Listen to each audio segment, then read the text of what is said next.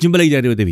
Ya, ini adalah Smart TV berlayar OLED dari keluarga Bravia XR, tentunya dari Sony. Ya, ini adalah lini A80K, salah satu lini TV layar OLED yang ditawarkan oleh Sony Indonesia. Sudah layar OLED, pakai AI pula yang satu nih. Dan TV ini tentunya sudah dipengaruhi teknologi Cognitive Intelligence. Kombinasi OLED dengan Cognitive Intelligence ini disebut bisa menghasilkan tampilan konten yang real life atau sesuai dengan apa yang kita lihat sehari-hari, atau paling nggak apa yang kita harapkan kita lihat sehari-hari ya. Nah, kali ini kita akan bahas salah satu dari lini A80K. Ya, dia punya 3 ya, ada yang 55, ada yang 65, dan ada yang 77. Ya, kali ini kita akan bahas yang 65 inci, 65 A80K. Ya, TV layar besar untuk saat video ini dibuat, misalnya seperti yang 55, 65, atau yang lebih tinggi lagi ya, jelas asik. Makin gede, makin asik. Apalagi kalau dipakai buat nonton bola. Wah, mantap banget. Iya, apalagi lagi ada World Cup 2022. Nonton pakai layar gede, mantap bener ya. Tapi bukan cuma itu aja. Kami juga sudah pernah membahas di video ini sebelumnya ya, terkait apa aja keunggulan dari sebuah TV kalau layarnya itu besar. Kelewat? Belum nonton? Makanya jangan lupa subscribe ke channel ini supaya nggak kelewat ya. Udah dibahas tuh kenapa layar besar tuh kelebihannya apa aja, terus fitur-fitur gaming itu seperti apa. Udah pernah semua dibahas. Oke, mari kita langsung aja masuk ke pembahasan si 65A80K TV OLED dengan layar besar dari Sony. Harusnya mantep ya. Ini menjanjikan bukan cuma keunggulan layar besar saja, tapi juga kualitas tampilan yang tinggi pakai OLED. Oke, kita lihat paket penjualannya. Ya, kita lihat di sini tentunya ada unit TV-nya, lalu ada 2 set stand lengkap dengan baut-bautnya, ada kabel power, ada remote control dengan baterainya, ada cover untuk area I/O TV, dan ada paket dokumen. Untuk desain, Sony menggunakan desain minimalis yang disebut sebagai one slate. Desain ini disebutkan akan membuat kita fokus ke layar TV, bukan ke apa yang ada di sekitar TV.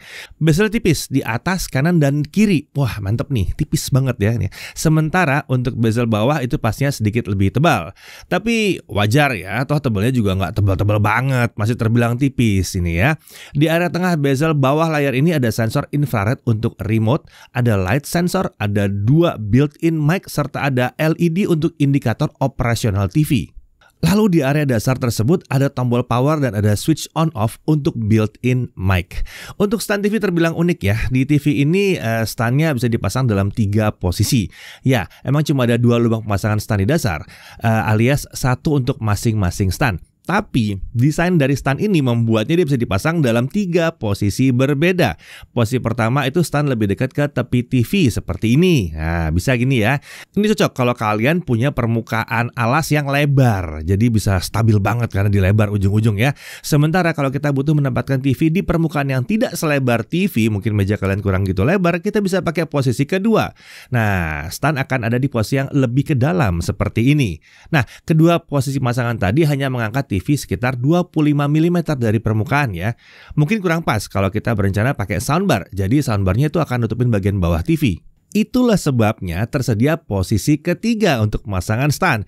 Posisi stand juga akan ada di dekat tepi TV, tapi stand akan mengangkat TV lebih tinggi, sekitar 68 mm dari permukaan. Nah, ini pas nih buat pakai soundbar. Pinter aja nih Sony nih, biar bisa masang soundbar ya di sini. Oh ya, stand ini disebut sebagai premium metal stand, jadi terbuat dari bahan metal, kokoh sekali ini. Nah, beralih ke sisi belakang, ada bagian yang menonjol di area tengah, sementara di bagian tepi kiri, atas, dan kanan terbilang relatif tipis. Konektor I/O TV terletak di kanan tonjolan tersebut. Kalau kita lihat dari arah belakang, ada cover untuk menutup area I/O sekaligus membantu merapikan kabel yang terpasang. Di permukaan area yang menonjol tersebut ada lubang mounting untuk pemasangan ke bracket atau ke dinding. Ukurannya yang 300 x 300 mm. Sementara untuk konektor AC-in ini juga ada di permukaan tonjolan itu di area kiri bawah. Untungnya, desain kabel power bawaan TV ini membuat posisi konektor ini tidak jadi masalah saat kita memasang TV ke dinding ya. Jadi ya mudah lah ya. Untuk dimensi TV ini tanpa stand adalah 1448 x 836 x 53 mm. Jadi bodi TV ini memang tipis ya, hanya 53 mm aja di titik paling tebalnya. Sementara kalau pakai stand, tebal dari tapak TV ini akan jadi sekitar 330 mm. Kalau tinggi total TV dan stand berbeda sesuai dengan posisi pemasangan stand yang tadi itu. Kan bisa lebih tinggi atau bisa lebih pendek. Untuk bobot total, dia sekitar 25 kg dengan stand terpasang. Nah, kita bicara soal spesifikasi ya. Sekarang, diagonal layarnya adalah 65 inci untuk unit yang kami uji. Resolusi layarnya 4K UHD atau 3840x2160 pixel. Display teknologi tentunya dia pakai OLED, refresh rate-nya sampai dengan 120 Hz. Untuk HDR, dia bisa HDR10, HLG, dan Dolby Vision. Video prosesor dia pakai Cognitive Processor XR yang udah pernah kita bahas sebelumnya ya. Banyak sekali fitur yang dihadirkan oleh Cognitive Processor XR ini. Nanti akan kami bahas sekilas di bagian pengalaman pakai TV ini ya. Untuk audio dia pakai Acoustic Surface Audio Plus dengan 5 speaker. Untuk konfigurasinya ada 3 speaker 10 watt sebagai actuator, lalu ada 2 10 watt subwoofer. Untuk fitur-fitur ada Dolby Audio, Dolby Atmos, DTS Digital Surround, ada Acoustic Auto Calibration, dan lain-lain. Untuk smart feature, OS-nya tentunya pakai Google TV dengan storage 16 GB. Ya, jadi ada Google Assistant di sini, support Google Chromecast, Apple AirPlay, dan HomeKit juga ya. Tentunya ya Play Store ada juga di sini. Konektivitas juga lengkap, dia bisa Wi-Fi 5, bisa Bluetooth 4.2, Ethernet kabel juga bisa ya. Untuk TV digital tentunya sudah support DVB-T2, jadi udah bisa untuk channel TV digital di Indonesia. Aman, pasti bisa ya. Dan tentunya kita bisa dapat banyak channel TV lokal dengan TV yang satu ini. Untuk konektor I/O, susunan dari atas ke bawah itu ada 2 USB, ada headphone jack atau analog audio out 3,5 mm. Masih ada juga composite AV in ya, yang 3,5 mm ya colokannya. Lalu ada 2 HDMI 2.0, ini support input sampai dengan 4K 60, dan ada 2 HDMI 2.1 yang mendukung input sampai dengan 4K 120. Serta fitur VRR juga hidupnya di 2 input ini ya. Port HDMI 3 juga bisa digunakan untuk ARC atau eARC untuk koneksi ke soundbar tentunya. Lalu ada Ethernet di sini dan ada antena input. Nah, saat pertama kali dinyalakan, kita harus melakukan setup Google TV seperti biasa ya. Kita diminta menghubungkan TV ke internet, lalu masuk ke akun Google dan sebagainya. Itu udah biasa lah ya, semua kalau pakai Google TV itu pakai seperti itu ya. Setelah itu ada beberapa setup tambahan dari Sony, termasuk untuk Acoustic Auto Calibration. Fiturnya akan membantu kita mendapatkan output suara yang optimal dari TV. Setelah setup awal selesai, TV langsung kita bisa gunakan. Beberapa aplikasi streaming konten populer termasuk Netflix dan YouTube itu udah tersedia di TV ini. Sementara kalau kita butuh aplikasi yang belum ada, tentunya ada Google Play Store. Aman, semua juga ada di sini ya. Tersedia banyak banget aplikasi yang bisa kita peroleh di sini. Oh ya, TV ini juga dilengkapi aplikasi Bravia Core. Deretan aplikasi yang tersedia akan muncul di area atas home screen Google TV. Di bawah deretan aplikasi tersebut ada rekomendasi konten dari aplikasi-aplikasi yang terinstall di TV ini. Sayang sekali, seperti biasa kita tidak bisa mengatur bagian rekomendasi konten ini. Ini sudah otomatis.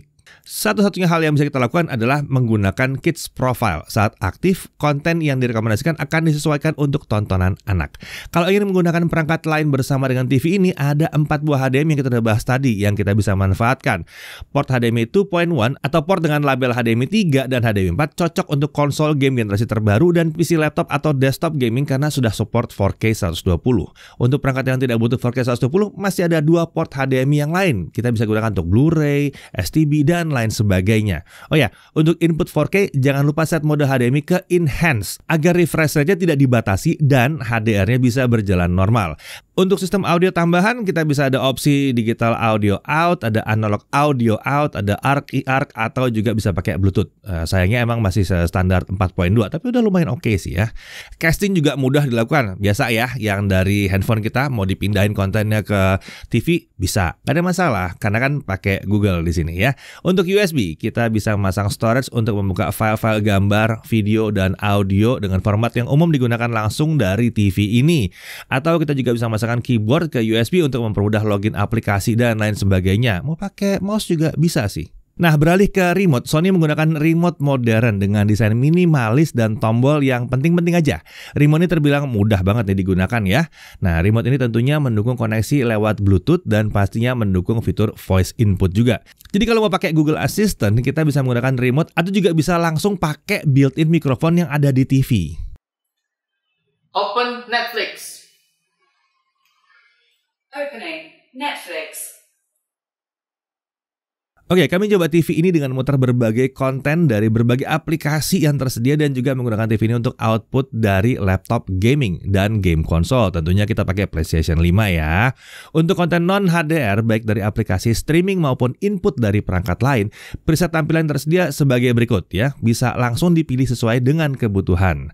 Sementara kalau yang tampilkan sudah mendukung HDR, preset yang tersedia adalah seperti ini. Tidak beda ya saat dengan kita pakai tampilan yang non-HDR. Nah, pemilihan preset tampilan dan beberapa pengaturan cepat lainnya akan muncul di area bawah sebagai overlay. Ini membuat kita nggak perlu nutup dulu konten yang sedang kita putar di TV pada saat kita melakukan pengaturan. Nah, ini TV banget ya. Nah, ada preset custom yang bisa kita manfaatkan untuk menyimpan preset sesuai dengan preferensi kita sendiri. Menu kustomisasi preset muncul sebagai overlay di area kanan. Oh ya, pengaturan untuk fitur motion smoothness juga ada di sini ya. Jadi kalau rasanya kurang cocok dengan pengaturan standar bawaan, kita bisa ubah manual di menu yang satu ini. Ada juga preset game. Ini disiapkan untuk bermain game. Sebagian besar post processing yang bisa menyebabkan input lag itu akan dimatikan di sini. Jadi pengendalian kita akan sangat responsif. Sementara kalau bertemu dengan konten yang mendukung Dolby Vision, akan muncul preset Dolby Vision Dark dan Dolby Vision Bright. Ini bisa dipilih sesuai dengan kondisi pencahayaan di sekitar TV atau ya sesuai dengan kesukaan kita aja, maunya seperti apa. Ada juga namanya Creator Calibrated Mode. Ini tersedia untuk Netflix dan Bravia Core. Jadi saat mode ini aktif, konten di Netflix dan Bravia Core akan tampil sesuai dengan keinginan kreatornya. Bravia Core juga secara khusus mendukung mode IMAX Enhanced untuk konten-konten IMAX. Untuk audio preset yang tersedia seperti ini ya. Tentu saja kita bisa pilih sesuai dengan konten yang tengah kita tonton. Kalau dibutuhkan, ada pengaturan equalizer untuk bisa lebih menyesuaikan output suara dengan preferensi kita. Selain itu, untuk preset tampilan dan audio di menu overlay di sisi bawah layar, tersedia juga menu pengaturan cepat untuk network, pilihan input, dan lain-lain. Sementara untuk navigasi di menu dari TV ini, baik menu Sony maupun menu bawaan Google TV terbilang cukup lancar di sini. Nah, lalu kualitas tampilannya seperti apa? Ya, layar OLED di TV ini dioptimalkan untuk memanfaatkan Cognitive Processor XR dengan kemampuan Cognitive Intelligence. Jadi, TV ini bisa secara otomatis menyesuaikan tampilan di layar ini dengan isi dari konten yang diputar, serta kondisi ruangan setempat di mana TV ini diletakkan. Hal ini dimungkinkan dengan adanya light sensor. Jadi, ada ambient optimization di TV ini. Menurut kami, kualitas tampilan dihasilkan terbilang sangat baik. Ini khas OLED banget. Optimasinya dilakukan dengan XR Picture juga bisa dikatakan membuat berbagai konten tampil prima saat diputar di TV ini. XR OLED Contrast Pro bisa memanfaatkan kontras yang tinggi yang umum ditawarkan oleh OLED dan menampilkan warna dengan color temperature yang pas dengan tuning per pixel yang memang dimungkinkan di panel OLED. Sayangnya saat kami nyoba muter konten dengan Dolby Vision, kami merasa bahwa tuning TV ini masih sedikit kurang pas. Kontras yang ditampilkan agak tinggi di sini ya, terasa agak beda dengan yang biasanya. Saat kami coba cek color gamut dengan colorimeter di mode standar dan vivid, kita lihat ini udah dekat banget dengan 100% sRGB dan 100% DCI-P3. Mantap! Ya, Sony menyebutkan kalau TV ini memang mendukung white color gamut sebagai bagian dari fitur XR color di TV ini. Lalu untuk mode cinema ini dituning untuk lebih dekat ke 100% sRGB atau lebih tepatnya Rec 709 kalau untuk konten film ya. Sementara untuk brightness, kami merasa bahwa brightness yang ditawarkan TV ini tidak terlalu tinggi. Ini khas OLED sih sebenarnya. Kalau ingin menggunakan TV ini untuk menonton konten dengan pergerakan cepat, Sony juga sudah menjanjikan tampilan gerakan yang mulus, bebas blur dengan teknologi XR OLED Motion. Membuatnya cocok untuk nonton pertandingan olahraga, balapan, basket, sepak bola, mantep kalau di sini. Untuk konten dengan resolusi di bawah 4K, ada XR Clarity dengan XR 4K Upscaling yang bisa meningkatkan detail dari konten. Jadi konten yang mungkin tidak 4K itu akan lebih kelihatan jelas, nggak rusak atau pecah-pecah di layar yang besar ini ya. Saat kami coba nonton konten 480p dan 720p di YouTube, memang ini kelihatan tetap rapih ya di TV yang satu ini. Untuk viewing angle ya udah nggak usah dibahas. Sejak awal disebut OLED udah pasti viewing angle-nya luas sekali. Tidak ada pergeseran warna yang mengganggu di layar ini walaupun kami ada di samping TV. Jadi mau nonton rame-rame semua akan melihat warna yang sama. Untuk permukaan layar emang sedikit memantulkan bayangan ya. TV ini memang tidak menggunakan treatment anti-glare yang spesial, tapi ini justru membantu warna tampil dengan prima sekali. Secara umum, tampilan dari TV OLED terbilang sangat memuaskan. Beralih ke audio, ada 5 speaker Acoustic Surface Audio Plus di TV ini. Speaker ini membuat suara seakan-akan keluar dari layar, dari posisi di mana suara harusnya muncul. Ini juga didukung oleh XR Sound dengan fitur XR Sound Position. Saat kami coba untuk muter film dan dengerin musik, kami merasa separasi suara yang dihasilkan tuh terbilang keren di sini ya. Efek surround juga terasa, kemungkinan besar karena TV ini emang dilengkapi dengan fitur XR Surround dengan 3D Surround Upscaling yang memungkinkan surround dihasilkan hanya memanfaatkan speaker yang ada di TV saja. Sementara untuk karakter suara, kami merasa bahwa suara yang dihasilkan tuh lebih dominan di rentang yang tinggi dan mid ya.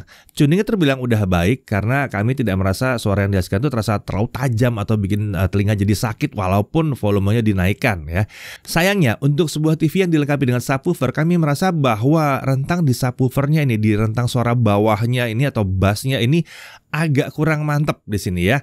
Suara gebukan atau dentuman memang ada, tapi volumenya agak rendah, jadi kurang terasa menggelegar gitu.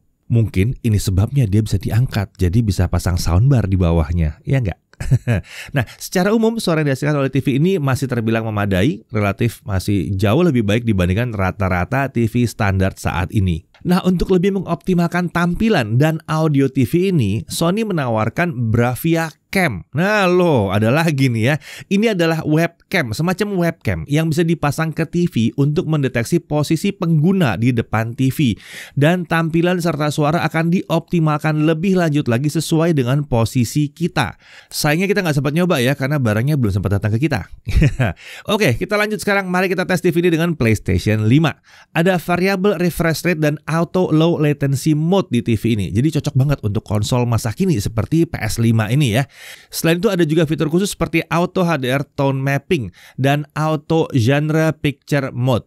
Ini akan membantu optimalisasi tampilan game yang dimainkan dari PS5 ke TV ini.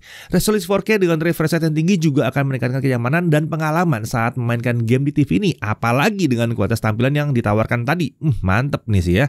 Nah sekarang kita coba untuk gaming pakai PC gimana?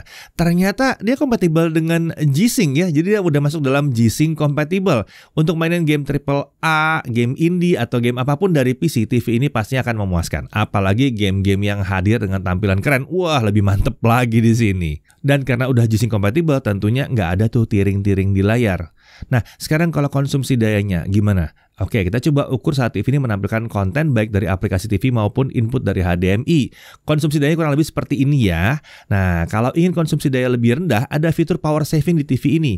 Kualitasnya akan sedikit turun karena layar sedikit diredupkan memang. Oke, untuk harganya gimana? Ya, TV OLED Sony Bravia XR65A 80K ini dipasarkan dengan harga 38.999.000.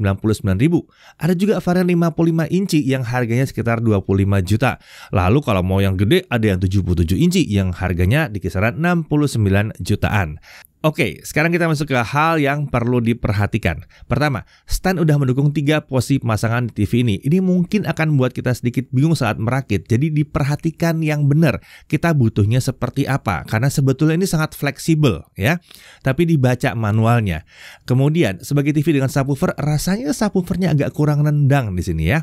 Lalu untuk brightness di preset yang tersedia terbilang agak rendah untuk TV sebesar ini.